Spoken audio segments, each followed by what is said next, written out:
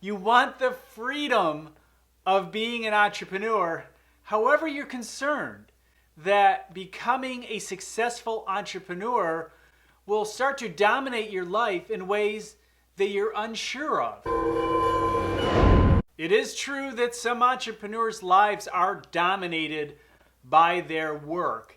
And usually the cause of this is that they haven't set boundaries.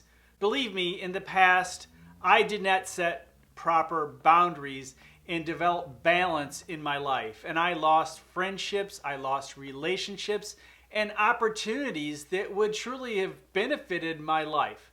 So yes, to move forward as a balanced entrepreneur, you need to set boundaries. And I have a list of 7 that you might want to consider. And I'd also like to share a couple that I have implemented that have worked really well for me as I improve my business, grow my business, and understand what are the boundaries that I really care about. I mean, the honest fact is some people really don't care about a work-life balance. They're all about making money and more success. And you know what? There's nothing wrong with that. If that is the life that you want to live, there are pluses and there are minuses to that lifestyle. But for some of us, we really do like to have a balance, because the honest truth is, no matter how much money I make, it's the memories, the experiences that I've had in life that I'm going to be most grateful for during my last days. One boundary that I've implemented that's worked really well for me is stopping work at 6 o'clock. After 6 o'clock, it's family and friends, and it's really important to me. That's an important part of my life. And believe me, sometimes I have to work later, but it's a planned event.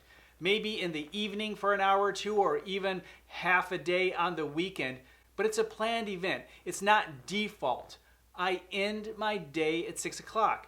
And if I need more time, I can actually start my day earlier, go to work earlier, get up earlier.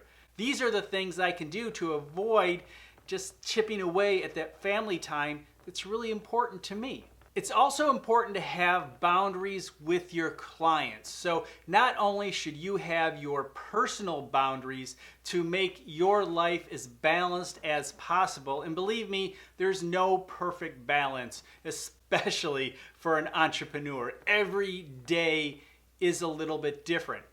But when it comes to your clients, it's important to communicate what those boundaries are ahead of time, because this can lead into what is referred to as scope creep. And if you're interested in that, I do have a video on it. I'll hook it up at the end of this video. It's an older video, so don't laugh too much.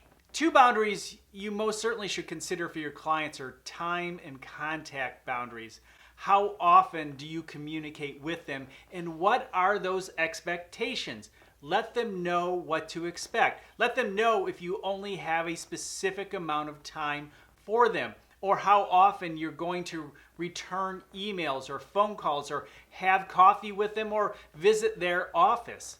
What are all of those boundaries? Let them know ahead of time, and that way they're not surprised when you have to delay them a day because you have other priorities at the moment. You should have service and task boundaries. In other words, what is it you are willing to do before you charge them? One of the things that you can do if you feel like you're doing work outside of the scope of work that's in your contract or that you estimated or promised is send an invoice for that additional work. Now, you may not actually charge them for it. You may give them a credit, especially on the first invoice, to let them know you worked a couple hours and you did it for no charge. However, down the road, when you have to renegotiate, you can point to those invoices to let them know that you have been working hard for them, but if they want to continue, they'll have to pay for those additional services. Definitely consider your cancellation and refund boundaries. What are the rules? And let everyone know what they are ahead of time. Plan it all out. Look at all the different scenarios that could come about. It's not about being mean. It's about protecting everyone. You want to protect yourself as well as your client. And if they know what the rules are ahead of time, it's a lot easier to enforce them. One really important boundary that I think a lot of entrepreneurs don't consider when trying to develop a good win-win relationship, a balanced relationship with their clients, as well as with your life. Meaning you want to work with people that you get along with. Do your values align? Do your work ethics align? Do your expectations align? Are they nice people? Do you really click? And if you do, it's a lot better relationship. It adds to work-life balance because you're not so stressed out because you actually like each other. You actually like working with each other. So consider the alignment values that you should be considering as you look at new prospects and decide ahead of time if you feel like, you know what, these people are going to be more trouble than they're worth, then definitely consider just saying no. And of course, as I mentioned before, personal boundaries, understanding where your limits are, understanding your vision for your life. And if you want a lot of work-life balance, meaning you want to play as much as you work, you'll have to set up those boundaries and general guidelines. Now, the fact is you're going to have to break them once in a while. And if you keep breaking them, you might need to bring on new people to help fill in those gaps. But the fact is we're entrepreneurs, and quite often it all lands on us, especially in the early days.